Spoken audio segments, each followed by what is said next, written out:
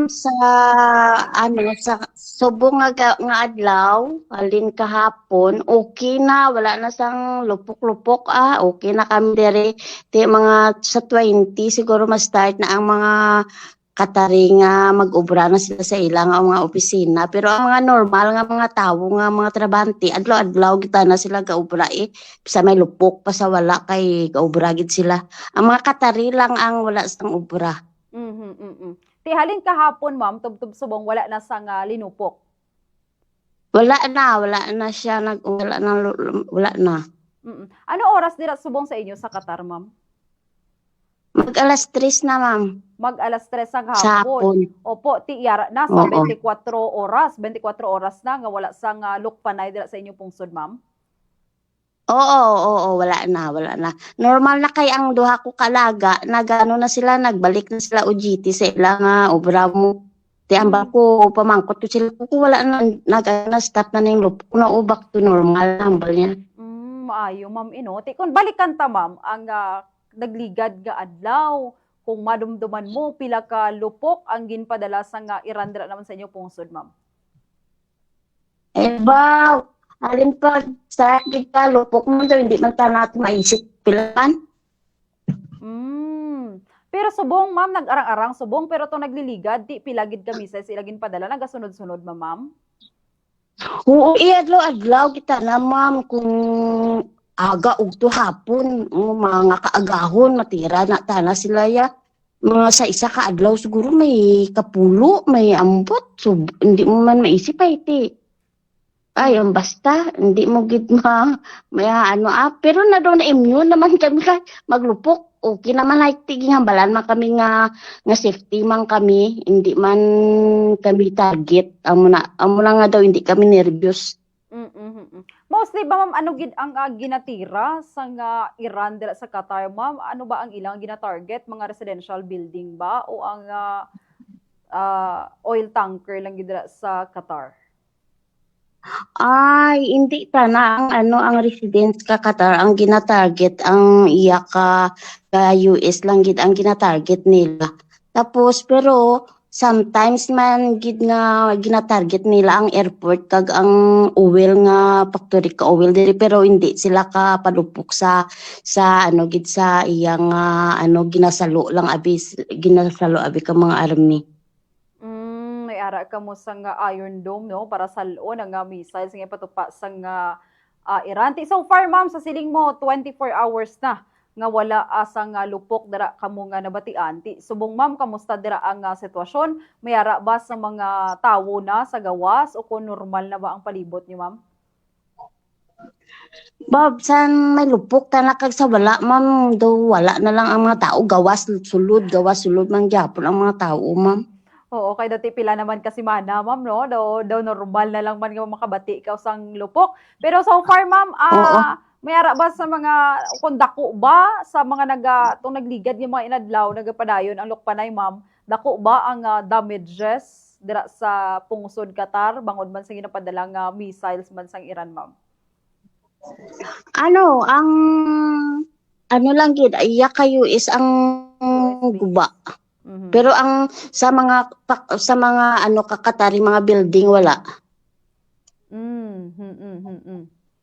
US lang gid ang iya kay US diri embassy kay US pero wala man naigo gid ang embassy kay US kay gina-intercept nila. Tapos ang daw ang base gid ang dito tong ligad adlaw ang eskwelahan kay US ging tira nila pero wala na igo, wala na wasak. Kaya na-intercept siya, ma'am. Di sa mga tion nga to, ma'am, sa mga nagliligad nga adlaw, may ara bala klase, ang mga estudyante tong sige-sige ang paglinupok dira sa pungsod niyo, ma'am. Wala gid, ma'am. Online lang, wala gid. Good news, kay 24 oras na nga wala nagkapadala sang missiles ang Iran o ari na sa piyak nga linya. Ma'am Grace, may ara ba kamo sang bomb shelter dira naman sa Qatar kung sa diin pwede kamo manago bala nga safe if in case may ara sang panibag-o nga missiles nga ipadala ang pungsod Iran? Wala, ma'am, wala kami sa panaguan. Diri lang gid kami sa balay, panago. Diri lang gid kami magstay sa balay. Ti isang pila ka semana ma'am nga nagapadayon ang linukpanay dira ma'am, nagkakita ka bala gid o kung nag-eksperyensya ka bala ma'am nga minakita ikaw yang naglupok nga missiles nga lapit lang man sa imo? Oo, ma'am. Upod kami ka ama ko, ging videohan pa ka ama ko. Diri gid mahulog sa babaw namin, pero naglupok sa babaw. Tapos, ang mga bomba nga nagawasak, nagakarhulog diri sa amin balay, ma'am eh. Ang mga debris ma'am no nagakahulog sa inyo. Ti kun mag-amo na ang sitwasyon Oo. ma'am, ano ang ginahimo nyo sina? Ano ang inyo nga batsyagan sina kun mag-amo na ma'am? Ano gid ma'am, gauyog ang balay, gauyog tapos nang kung hina-hina lang ang lock ka mga purtahan mo, mabungka gid siya eh. To pag-on kag kuso gid man gali ang impact sining mga bomba Oo. ma'am no? Oo, ma'am.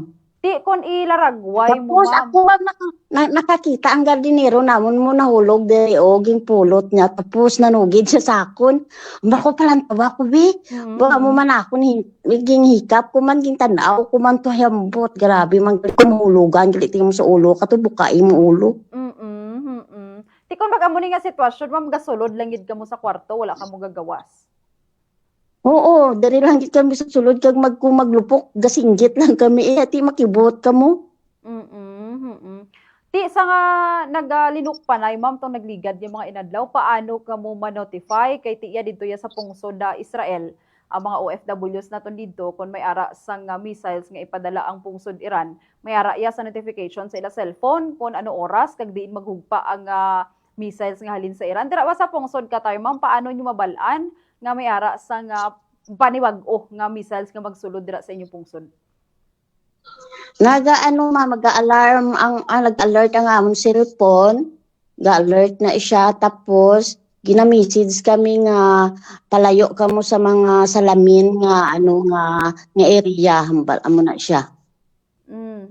Pila ka nakatuig dira sa pungsod Qatar ma'am? 17 years na ko diri ma'am. Dugay-dugay nagali ikaw dira. Ti ano ang imo obra dira sa pungsod Qatar ma'am? Ano imo obra dira? 17 years na ko diri sa Qatar ma'am tapos sa balay ko nagtrabaho sa amo ko. Pero isa lang gid ang amo mo ma'am sa sulod sang 17 ka tuig? Oo. Oo. Pero ti subong ma'am sa siling mo okay na ang sitwasyon dira sa Qatar ti wala ka babalak nga magpuli diri sa pungsod Pilipinas ma'am? Mga mga 2 years pa ma'am. Oo, 2 years pa. Oo. Good news ma'am no kay ti wala na sang linukpanay ti pero ma'am Grace ano na lang tagaan ta ka sang ligwa nga ang communication mo ba sa imong pamilya ma'am sige gihapon diri sa barangay Lambunaw diri sa Tantangan. Sige imong communication sa ila ma'am. Minuto mama 24 hours. Oo. Okay. Ma'am Grace, sa katapusan tagaan ta na lang ka sang ligwa para panawagan sa gobyerno sa pungsod Pilipinas mangin man sa mga OFW man naton nga apektado sining kinagamo dira sa Middle East, Ma'am Grace. Okay, ma'am. Ang ginasinggit man sa mga OF nga na siguro ng mga sa company bala sila nagatrabaho kay ti close sila company hindi sila kaobra wala sila sang sweldo ba.